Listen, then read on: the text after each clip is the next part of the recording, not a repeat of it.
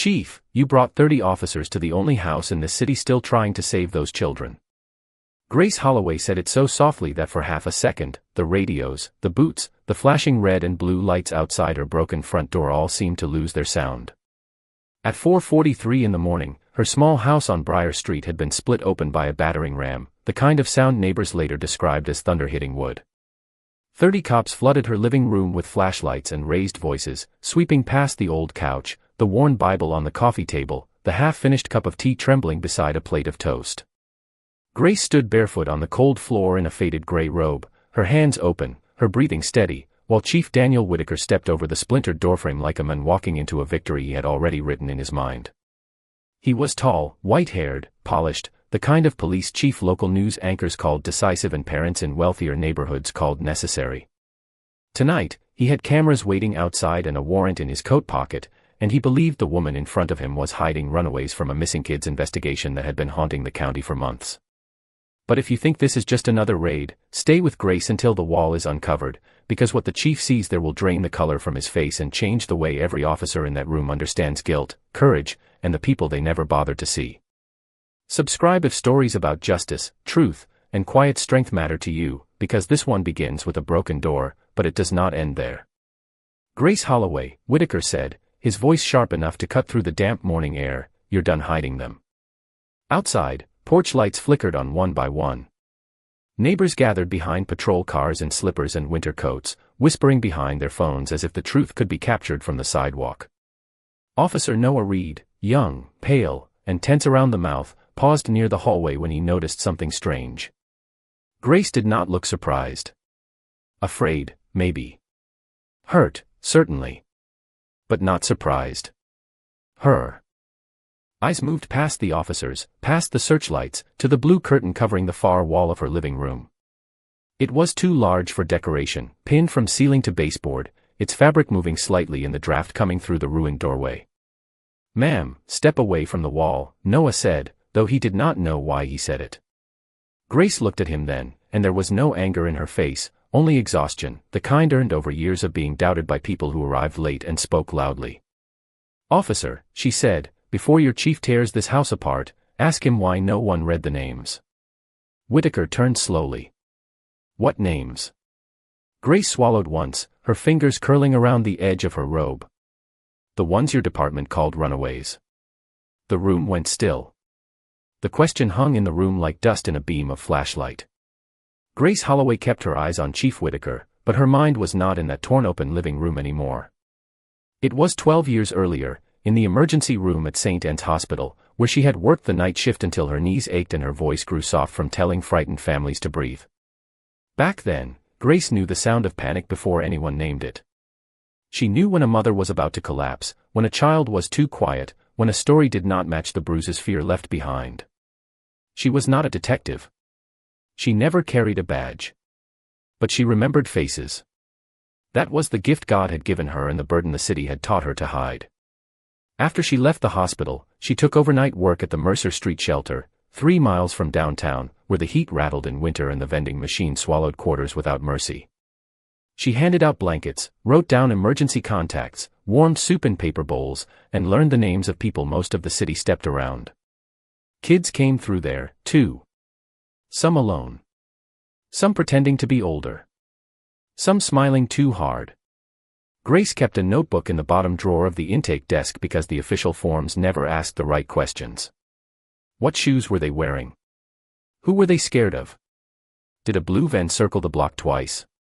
Did they flinch when a man in a delivery jacket walked in? The first girl was Alina Brooks, 14, 5 feet 2 inches, last seen near the bus depot with a purple backpack and 1 silver star earring. Police called her a runaway within 6 hours. Her aunt called Grace at midnight, weeping so hard the words broke apart. Grace printed Alina's photo and taped it above her kitchen table. Then came Deshaun Miller.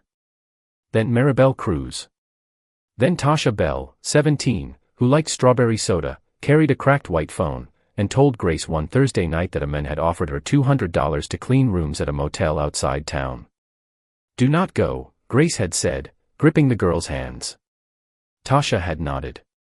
By Monday, she was gone. That was when Grace stopped sleeping through the night. She walked bus routes after work. She asked gas station clerks for old receipts. She checked dumpsters for school bags, watched traffic cameras from public library computers, and kept every scrap of information the police said was not enough. A black woman with tired eyes and a shelter badge did not look like authority to them. She looked like noise. So Grace built her own kind of authority, piece by piece, name by name, until the wall in her living room became the only place in Mercer County where the missing were not reduced to paperwork. Now, standing in the glow of 30 flashlights, she saw officers step around the same evidence they had ignored for years. Her teacup had tipped over, spilling across the floorboards. The air smelled like rain, pine cleaner, and split wood. Chief Whitaker's jaw tightened as if her calm offended him more than guilt would have. "You expect me to believe you are running an investigation from your living room?" he asked. Grace looked at the blue curtain again. Behind it were 41 faces, 41 last known places, 41 reasons she had endured being laughed out of precinct lobbies and placed on hold until the line went dead. "No," she said quietly. "I expect you to believe the children." Chief Daniel Whitaker did not become the most feared man in Mercer County by admitting uncertainty in front of his own officers. For 28 years, he had built his name on clean press conferences, firm handshakes, and sentences that sounded like policy even when they were only pride wearing a uniform. He was the kind of man who kept his office blinds half open so reporters could see him working late. Framed awards lined the wall behind his desk. Tough on crime. Defender of families. Guardian of the innocent. Those words had followed him from neighborhood meetings to election forums, from church breakfasts to the evening news, and he had learned to stand beneath them as if they were proof of his goodness. But lately, the city had changed its tone. Parents were angry. Mothers held photographs outside City Hall. College students marched with cardboard signs asking why missing children from the South Side were labeled runaways before anyone searched the bus stations, the motels, the empty lots beneath the overpass. Whitaker hated those cameras. Not because the children were missing, he told himself, but because the cameras made it look like his department had failed. Then, 3 nights before the raid, a confidential tip came through an old county line. A woman on Briar Street. Too many teenagers coming and going. A blue curtain covering one whole wall. Possible sheltering. Possible trafficking connection. Possible obstruction. The words had been enough to move paperwork, enough to wake a judge, enough for Whitaker to stand in the command room at 2 in the morning and point to Grace Holloway's address on a digital map. "We go in fast," he had said. "We recover whoever is inside, secure all materials, and show this city we are still in control." Nobody in that room asked why the tip had no name. Nobody asked why Grace's prior calls to the department were marked nuisance reports. Nobody asked why a black woman who worked at a shelter had been easier to suspect than to hear. Now, in her living room, Whitaker felt the weight of all those unanswered questions pressing against the back of his neck. The house did not look like a criminal hideout. It looked poor, clean, and lived in. A crocheted blanket lay folded over the couch. A church calendar hung near the kitchen. On the counter sat a plastic container of muffins labeled for Mrs. Alvarez, no raisins. A pair of children's gloves rested beside the front door, small and red, probably left behind by someone Grace had helped. Officer Noah Reed noticed them too. He looked from the gloves to Grace, then to the covered wall. His training told him to follow orders. His instincts told him something was wrong. "Chief," Noah said carefully, "maybe we should document the wall before moving anything." Whitaker shot him a look that made 2 older officers lower their eyes. "We are not taking investigative direction from her," he said. Grace stood straighter, though her shoulders trembled beneath the thin robe. "You never did," she replied. The words were quiet, but they landed hard. Outside, the red and blue lights pulsed against the windows, washing the room in color like a warning. Whitaker stepped closer to the curtain. "If this is evidence, then it belongs to us now." Grace's face tightened for the first time. "No, Chief," she said. "Those names belong to their families. You are just finally standing in front of them." Grace knew the exact second the room shifted against her. It was not when Chief Whitaker stepped toward the curtain, or when two officers began photographing the overturned furniture, or when the cold morning air moved through the broken doorway and made her thin robe flutter against her knees. It was when one of the older officers, a broad man with a silver wedding ring and tired eyes, laughed under his breath and said, "Looks like she has been playing detective." A few others smiled. Not loudly. Not cruel enough to be called cruelty in a report. Just enough to remind Grace how small they expected her to be. She had heard that sound before in station lobbies, in hospital hallways, at the front desk of the county records office when she asked for public incident numbers and was told to come back with a lawyer. She had heard it from people who thought kindness made her simple, who mistook her soft voice for permission to dismiss her. Officer Noah Reed did not laugh. He watched Grace's hands. They were steady now, folded at her waist, the nails short, the knuckles worn from years of scrubbing shelter floors and lifting boxes of donated clothes. "Chief," Noah said again, quieter this time, "if there are names on that wall, we should slow down." Whitaker did not look at him. "You are 2 years out of the academy, Reed. Do not confuse hesitation with wisdom." Noah's face flushed, but he stayed still. Grace turned toward him as if he had given her the smallest opening in a locked door. "Officer Reed," she said, "Tasha Bell was last seen outside the Sunoco on Route 12 at 9:26 at night. She was wearing a yellow hoodie and white sneakers with green laces. The security camera across the street caught a dark blue cargo van turning without headlights. I gave that to your department 3 weeks ago." Whitaker's jaw tightened. Enough. Maribel Cruz called her sister from a pay phone near the old Greyhound station. The call lasted 41 seconds. She said someone was following her. Your desk officer marked her as voluntarily absent. I said enough. Grace stepped 1 inch forward, not defiant in the way they expected, not loud, not reckless, but anchored. Deshaun Miller was 12. He could not have run away with no coat in December. His mother told you that. I told you that. The shelter cameras told you that. The living room went quiet except for the clicking of a camera and the low hiss of a police radio. Even the neighbors outside seemed to draw closer to the windows without moving. Whitaker's eyes flashed, more embarrassed than convinced. You do not get to lecture my department in the middle of an active search. Grace looked at the blue curtain, then back at him. Then stop searching my house like I am the danger and start looking at what I found. For the first time, anger cracked through her calm, not wild, not uncontrolled, but clean as a bell.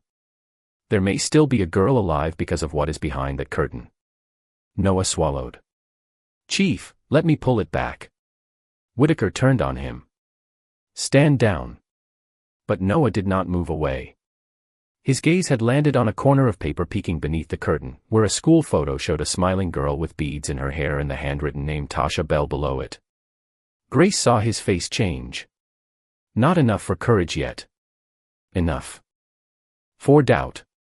And sometimes, doubt was where justice first learned to breathe. The silence around Tasha Bell's photograph lasted only a few seconds, but Grace felt every one of them stretch like a wire pulled too tight. Then Chief Whitaker broke it. Secure the files, he ordered, his voice flat and hard. Bag everything related to the missing children. 2 officers moved toward the boxes stacked beneath the covered wall, and Grace's breath caught. Those boxes were not just paper. They were mother's handwriting on diner napkins, bus schedules circled in red, copies of school pictures mailed by grandmothers who still set plates at dinner, names spoken through tears in shelter offices after midnight. Grace stepped in front of them before she could think better of it. Please, she said, and the word cost her more than shouting would have. If you scatter those files, you will lose the timeline. One officer reached past her anyway and lifted a folder from the top box. Receipts slid out, fluttering across the floor like wounded birds. A photograph of Maribel Cruz landed in a shallow spill of tea near the coffee table. Grace moved to pick it up, but another officer blocked her with an open palm. Stand back, ma'am. Ma'am. The word sounded polite, but it landed like a locked gate. Outside, someone on the sidewalk called her name. Mrs. Alvarez from 2 houses down stood behind the yellow tape in a purple bathrobe, one hand pressed to her mouth. Grace saw fear in her neighbor's eyes, and beneath it something worse, doubt. That was how public shame worked. It did not need proof. It only needed flashing lights and enough uniforms on a poor street before sunrise. She helped my grandson, Mrs. Alvarez said weakly, but the wind swallowed most of it. Whitaker glanced toward the window, annoyed that the story outside had not arranged itself neatly for him. Grace Holloway, you are interfering with a lawful search. Grace looked at the folders on the floor, then at the curtain, then at the chief whose department had ignored every call until suspicion gave them permission to enter. I have been trying to give you this evidence for years, she said. You called it rumors when it came from my mouth. Now you call it evidence because you broke my door to take it. A younger officer lowered his eyes. Another kept writing as if not hearing would make the sentence disappear. Whitaker stepped close enough that Grace could see the tiny rain droplets on his collar. You are not the victim here. Something in her face changed then. Not anger. Not fear. A deeper sorrow, old and disciplined. Chief, every child on that wall is a victim. Their families are victims. And if you walk out of here caring more about being right than finding them, then this whole city becomes one. Noah Reed bent slowly and picked up Maribel's photograph before the tea could soak through it. He held it by the edges, careful, respectful, and Grace noticed. So did Whitaker. Reed, the chief said. Noah looked at the photo, at the name written in black marker, at the date beneath it. Sir, he said, voice low, this is organized. Locations, times, vehicle descriptions. Some of this matches reports I have seen. The room tightened. Whitaker's expression cooled into something dangerous, not physical, but professional, the kind of cold that could end careers and bury truths under procedure. Put it down. Noah hesitated. Grace did not ask him to be brave. She knew bravery could cost too much when a powerful man owned the room. Instead, she crouched carefully, gathering the fallen receipts herself, one by one, while 30 officers watched a black woman clean up the evidence they had stepped over. Her knees touched the cold floor. Her robe brushed broken wood. Her hand shook only once, when she lifted Tasha Bell's picture and saw the girl's bright yellow hoodie, the one she had warned her not to wear that night because it made her easy to follow. Grace pressed the photo gently against her chest. Hold on, baby, she whispered, so softly only Noah heard. I am still looking. Noah Reed did not pull the curtain because he wanted to disobey. He pulled it because Tasha Bell's picture was still in Grace Holloway's hands, and the whole room had gone too quiet to pretend the photograph meant nothing. His fingers found the edge of the blue fabric near the baseboard, where one brass tack had already loosened from the draft. For 1 second, he looked at Chief Whitaker, waiting for the order that would make courage easier. It did not come. So Noah breathed in, gripped the curtain, and drew it back. The fabric whispered across the wall. Then the room stopped moving. 41 faces stared back beneath the weak yellow light of Grace's living room lamp. Children. Teenagers. Young women. A few boys whose smiles still looked too young for the case numbers written beside them. Every photograph had a name, a date, a last known location, and a thin red thread connecting it to a map of Mercer County pinned in the center. Gas stations. Bus stops. Motel entrances. Shelter corners. Church parking lots. A diner off Route 12. The old Greyhound station. Under each face, Grace had written what the official reports had failed to hold: favorite foods, nicknames, birthmarks, fears, dreams, the names of mothers who called every Tuesday, the color of shoes worn on the last day someone saw them. The room seemed to lose its oxygen. A police radio crackled once, then faded into a small electric hiss. Outside, rain tapped lightly against the porch rail, softer now, almost careful. Flashlights lowered one by one, not from command, but from shame. On the far left of the wall, Maribel Cruz smiled from a school portrait in a white blouse. Below her photo was a receipt from a 24-hour diner, circled in red. Near the center, Deshaun Miller's picture was pinned beside a weather report from the night he vanished: 32 degrees, freezing rain, wind out of the north. Tasha Bell's section was larger than the rest. Yellow hoodie. White sneakers with green laces. Last seen at the Sunoco on Route 12. Dark blue cargo van. Partial plate beginning with K7. Possible warehouse route east of Miller Creek. Noah stepped closer, his mouth slightly open. This is more than notes, he whispered. Grace remained kneeling, Tasha's photo held against her chest, but her eyes were on the wall as if checking whether each child was still there. Chief Whitaker said nothing. His face had not softened yet, but the certainty had begun to drain from it, leaving something bare. Beneath. At the center of the wall, above the county map, a sentence had been written in thick black marker, large enough for every officer to read: "They are not runaways. They are children." The words seemed to press against the badges, the cameras, the warrant, the polished authority Whitaker had carried through her broken door. Grace stood slowly. Her knees ached, but she did not lean on anything. If this moment touched your heart, stay with Grace, because some people spend their whole lives being ignored and still choose to keep the names others throw away. She walked to the wall and touched the edge of Tasha's section with 2 fingers. "I never hid them," she said. "I remembered them." No one answered. In that silence, the house no longer felt like a crime scene. It felt like a memorial, an archive, and a warning all at once. Then Chief Whitaker's gaze drifted toward the upper corner of the wall, where an older photograph, smaller than the others, had been pinned beneath a strip of clear tape. His breath caught so sharply that Noah turned toward him. The girl in the picture had blonde hair, a pink jacket, and a gap-toothed smile. Under her photo, Grace had written 2 words that made the chief's hand tremble. Emily Whitaker. For a moment, Chief Daniel Whitaker looked less like the man who had entered Grace Holloway's house with 30 officers behind him and more like a father who had just heard an old door open inside his own memory. Emily Whitaker. The name sat beneath the photograph in Grace's neat handwriting, black ink on a white label, steady and undeniable. His daughter had been 9 years old in that picture, missing one front tooth, wearing the pink jacket his late wife had bought on sale at a department store in Raleigh. Whitaker had not seen that exact photo in 20 years. It had been taken the week before Emily disappeared for 36 hours from a fall festival near downtown Mercer, a nightmare the family never discussed in public and the department later wrapped in a clean, simple story. Found by a taxi driver. Returned unharmed. Case closed. Grace watched the color leave his face. She did not smile. She did not enjoy it. There was no victory in watching a man discover he had built his certainty on a lie. Whitaker stepped closer to the wall, slowly now, as if the floor had become thin ice. Beside Emily's photograph was a small handwritten timeline, last seen near cotton candy stand, 7:12 in the evening. Found behind Greyhound Station, 8 miles away, next morning. Pink jacket torn at cuff. Child unable to identify vehicle. Returned to precinct by unidentified black woman. Father never notified of witness.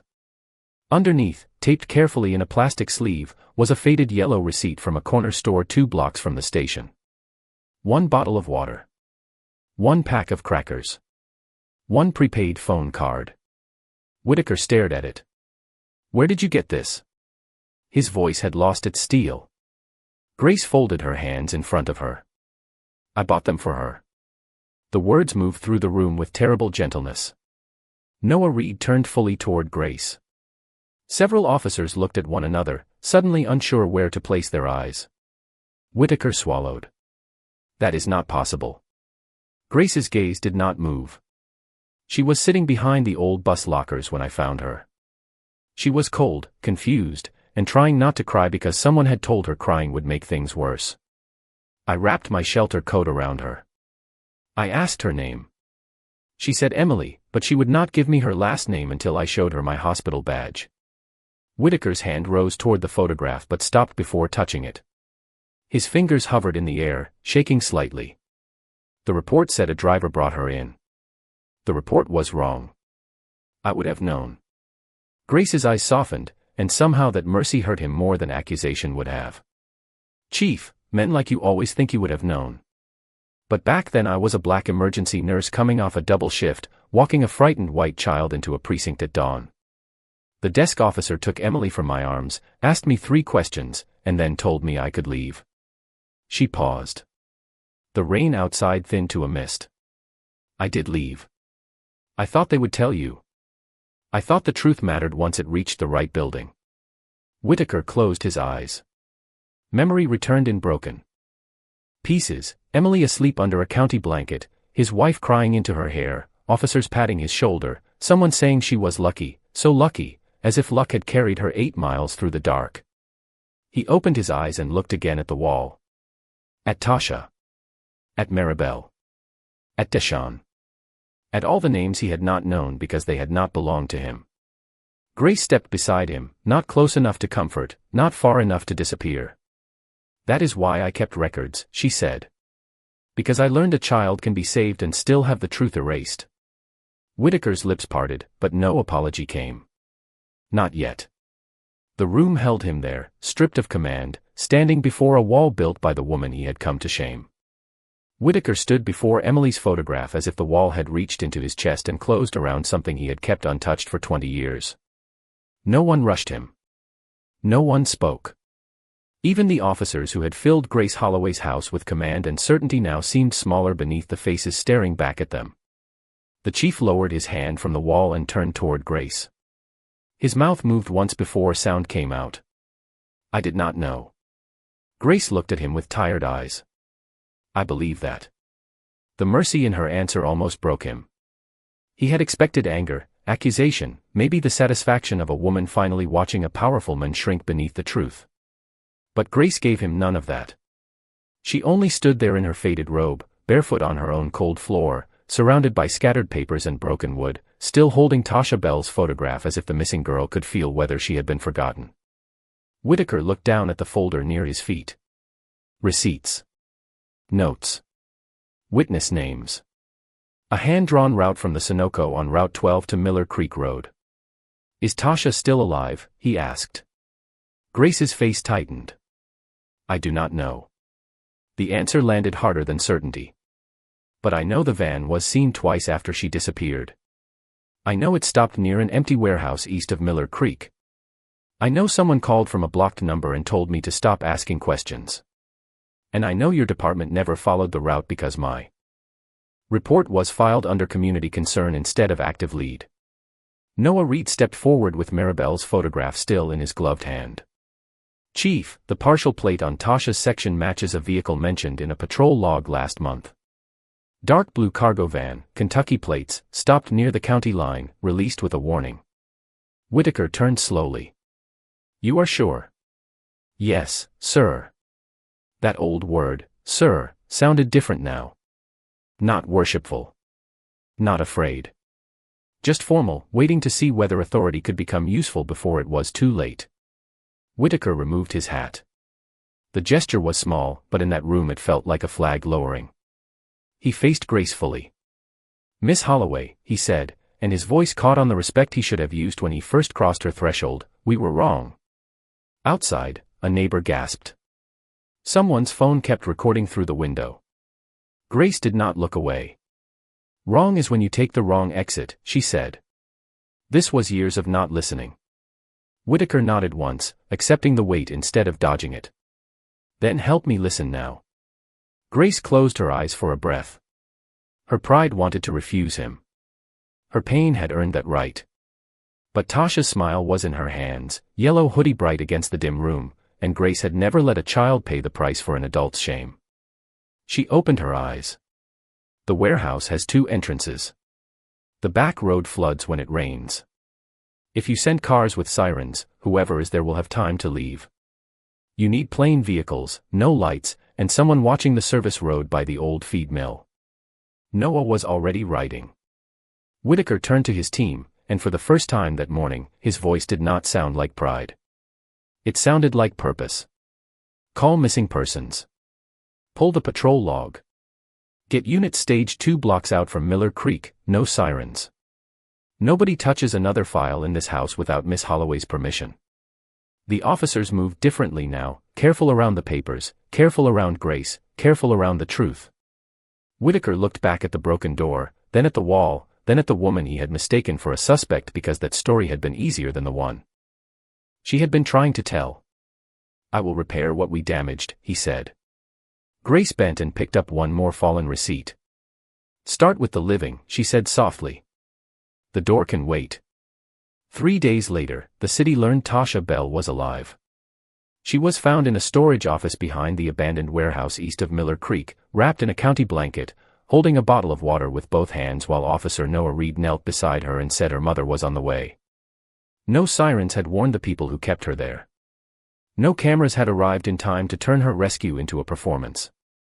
It happened because Grace Holloway remembered a route no one else had followed, because a young officer finally listened, and because Chief Daniel Whitaker had learned, almost too late, that authority without humility can become another locked door. By sunrise, Mercer County looked different. Not healed. Not forgiven. Different. The department reopened 37 missing persons files and removed the word runaway from cases where no one had earned the right to write it. Families who had been dismissed for years were called back, not as interruptions, but as witnesses. Whitaker stood on the steps of City Hall with no prepared smile, no polished certainty, and no victory language. Grace stood beside him in a navy coat borrowed from Mrs. Alvarez, her hands folded, her face calm beneath the weight of too many cameras. This department failed to listen, Whitaker said, his voice carrying across the cold morning air. Miss Grace Holloway did what we should have done. She kept the names. She kept the truth. And because of her, a young woman is going home. Reporters shouted questions. Grace did not answer most of them. When one asked whether she forgave the chief, she looked toward the row of families holding photographs near the front of the crowd. Forgiveness is not a press conference, she said. It is work. Let us see the work. That evening, Whitaker came back to Briar Street without cameras. The broken door had already been replaced, paid for by the department, but the frame still smelled faintly of fresh pine and rain. He stood on the porch with his hat in his hands. While Grace opened the door. For the first time, he did not step inside until she nodded. Behind her, the wall remained. 41 faces. Then one new note beneath Tasha Bell's picture, written in purple marker by Tasha herself, found because someone kept looking. Whitaker stared at the words for a long time. Emily wants to meet you, he said quietly. Grace looked at him, and the name no longer felt like a wound between them. When she is ready, she replied. Not when guilt says it is time. He nodded, accepting that too. Weeks passed. The wall did not come down. It grew. Not with more missing faces, but with answers. Found. Reopened. Under review. Family contacted. Names once buried in file cabinets began returning to dinner tables, courtrooms, church bulletins, and the mouths of people powerful enough to say them correctly. Noah transferred into missing persons. Whitaker created a civilian review board and gave Grace the first chair, not as a symbol, but as someone who had already done the work without permission. And Grace, who had every reason to become hard, remained exactly what the city had mistaken for weakness. She made muffins for Mrs. Alvarez. She worked nights at the shelter. She kept extra gloves by the door. But now, when she walked into the precinct, officers stood up. Not because she demanded respect, but because the truth had finally made disrespect impossible. On the last morning of winter, sunlight crossed Grace's living room and touched the blue curtain folded neatly in a box beneath the window. The wall was uncovered now. No hiding. No shame. Just names, faces, and proof that kindness is not weakness. It is strength with memory. Grace placed her hand beside Tasha's note and closed her eyes. Outside, children walked to the bus stop, their laughter rising through the cold air. For once, no sirens followed. Only morning. Only breath. Only the quiet sound of a city learning to look again. And maybe that is the question this story leaves behind. How many people around us are carrying the truth in silence, waiting for someone powerful enough to listen, and humble enough to believe them?